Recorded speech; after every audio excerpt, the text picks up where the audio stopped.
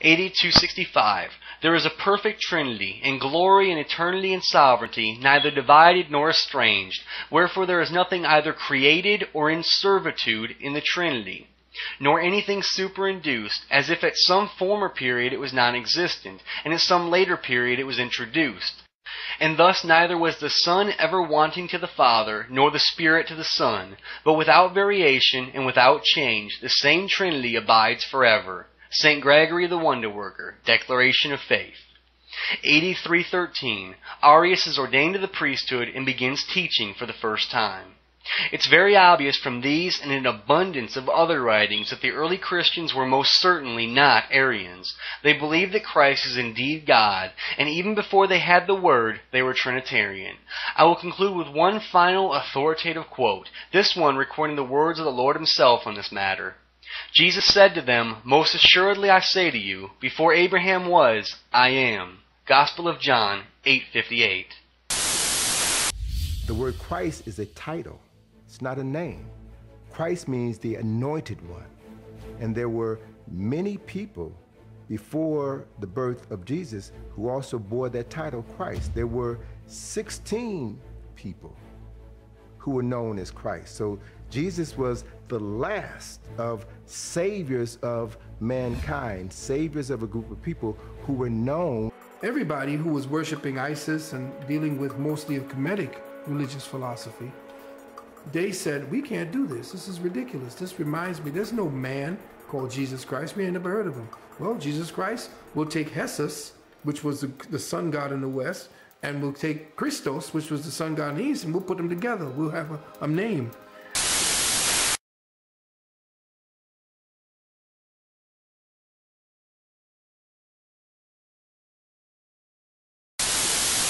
Maxwell, Partridge, and Jenkins are about to start quoting verbatim from Kersey Graves' book, The World's 16 Crucified Saviors, and Richard Carrier, who is sympathetic to its thesis, was asked what he thought of the book on a popular atheist radio program. Let me just say in advance that I had a devil of a time tracking down a great deal of this information. Graves chooses the most obscure variant names for these gods as possible, and he intentionally mistransliterates most of them.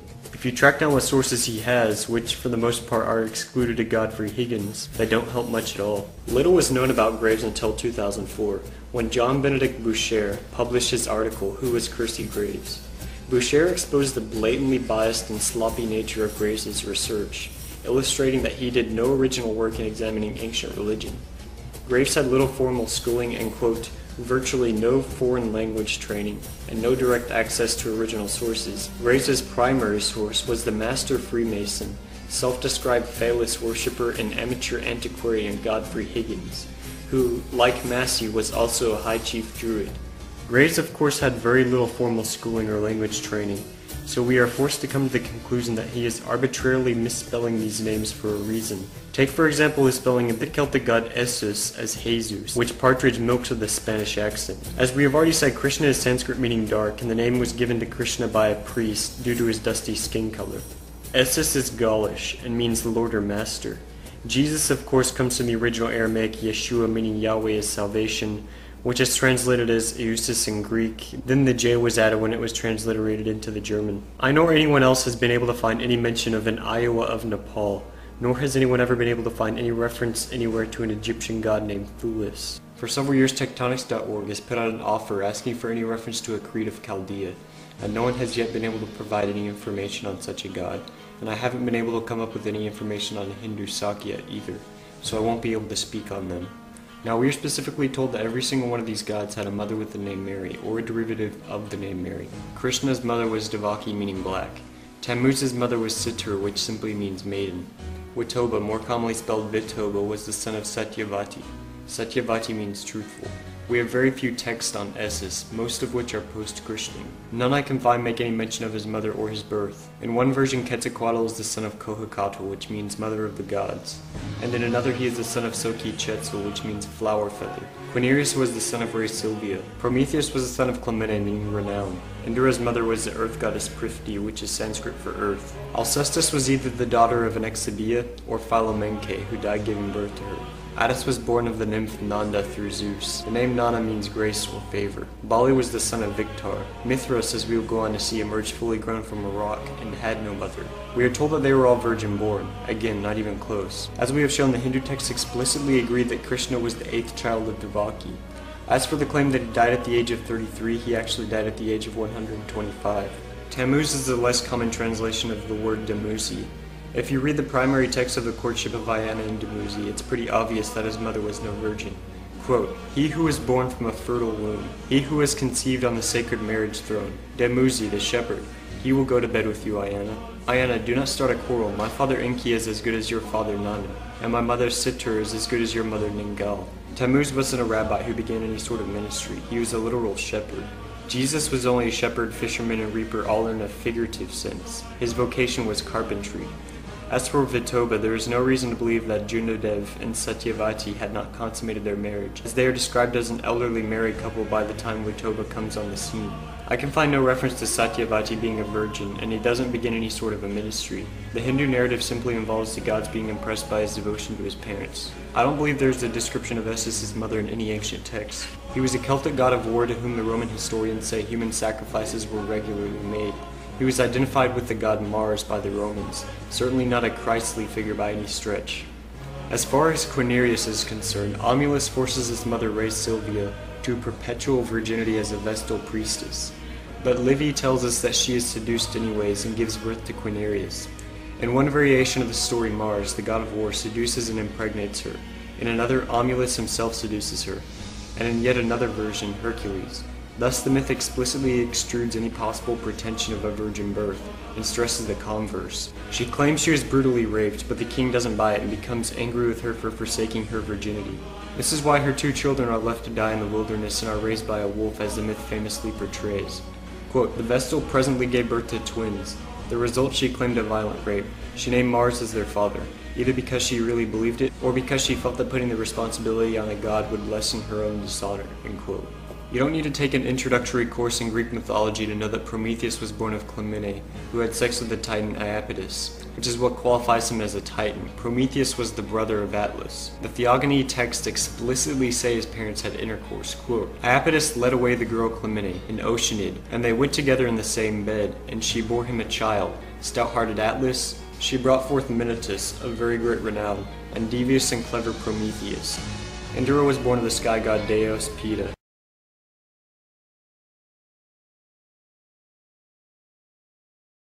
Let's hear what this mythicist has to say about this book Maxwell is citing. I learned that many arguments in the book are overstated, and many of the parallels between Jesus and previous pagan gods aren't as clear-cut as some portray them to be. Now, as a historian and a person who is familiar with the primary text, what is your assessment of the degree of similarity between the story told of Jesus' life in the Gospels and the stories of older pagan gods? Yeah. First, let me say something about Freakin' Candy's book. Okay. I do not recommend that book, and I would prefer that no one ever read it. Wow. It's only marginally better than Percy Graves' work. And my criticisms of his 16 Crucified Saviors, which you can find at the secular web, apply almost as much to Freakin' Candy. Their research is on key parts, it's shoddy, and their source citations minimal, it's problematic. Although they do say a lot more than Graves that is correct, but there's no way to know when they've gotten something right or wrong without redoing all their research, which makes their book useless. And that's the same complaint I had against Graves' book. To figure out what's in there that's even correct, you have to completely redo the whole work, and why even read the book if you're just going to do all the work yourself anyway? Right. Just in general, I see no reason to believe the Christian Eucharist is a copy of any pagan ritual per se. I think it's far more likely that it's a clever modification of Jewish sacrificial theology. And though it resembles many pagan ideas, these ideas were actually common throughout ancient Near Eastern cultures, including Judaism, for centuries before the Common Era. So you don't really have to look any farther than Judaism and its pre-Christian pagan influences to find where these ideas come from. Of course, understanding the ubiquity of these similar ideas in surrounding cultures does help put the Jewish ideas in context. It's not a question of literal direct borrowing from any particular cult. I mean, it's not like Christians went and studied Mithraism and said, "Oh, we're going to make a religion based on this." That's Right. not how it happened. And I'd say that applies to all parallels that are shown between Jesus and other pagan deities. I mean, I think we need to first look for a full and sufficient basis already in Hellenized Jewish thought. I mean, you're talking about how the life of Jesus could be constructed from pagan gods. I think it can be done even better from the Old Testament. Carrier concludes in his online review of the book by dismissing it, quote, "The world's 16 crucified saviors, or Christianity before Christ, is unreliable. Most scholars immediately recognize many of his findings as unsupported and dismiss Graves as useless. After all, a scholar who rarely cites a source isn't useful to have as a reference," end quote. And the fertility goddess Prithvi, fully grown and armed from his mother's side. There's nothing in the text to lead us to the conclusion that she was a virgin. He was a god of war and storms. The idea that he started a ministry on earth among mortals then was killed by crucifixion is ridiculous. Alcestis is a famous Greek play by Euripides, in which Alcestis' mother dies giving birth. Her father was King Pelias and she was not a god, nor did she claim to be a, quote, son of God, or start any sort of ministry. There's no statement in the play that signifies a virgin birth. You can read the play at the link in the description section. Concerning Attis, in the primary version, Dionysus castrates Agistus, and the resulting blood gives birth to a pomegranate tree. Nana comes, she sees the tree and slips one of the pomegranates into her dress and finds herself. Quote. Graves gives a date of Eleusis at 834 BC, but it's hard to imagine where that date could have come from. The earliest record of Essus comes from the historian Lucian, writing in the 1st century AD after Jesus. As far as I'm aware, no source ever mentions Eleusis as dying, and as David Friedel has already noted, Quetzalcoatl wasn't crucified but was decapitated.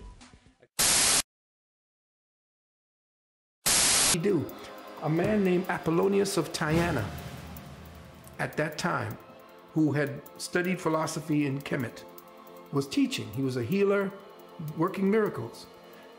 He was a hero at that time, so he became the template for Jesus Christ.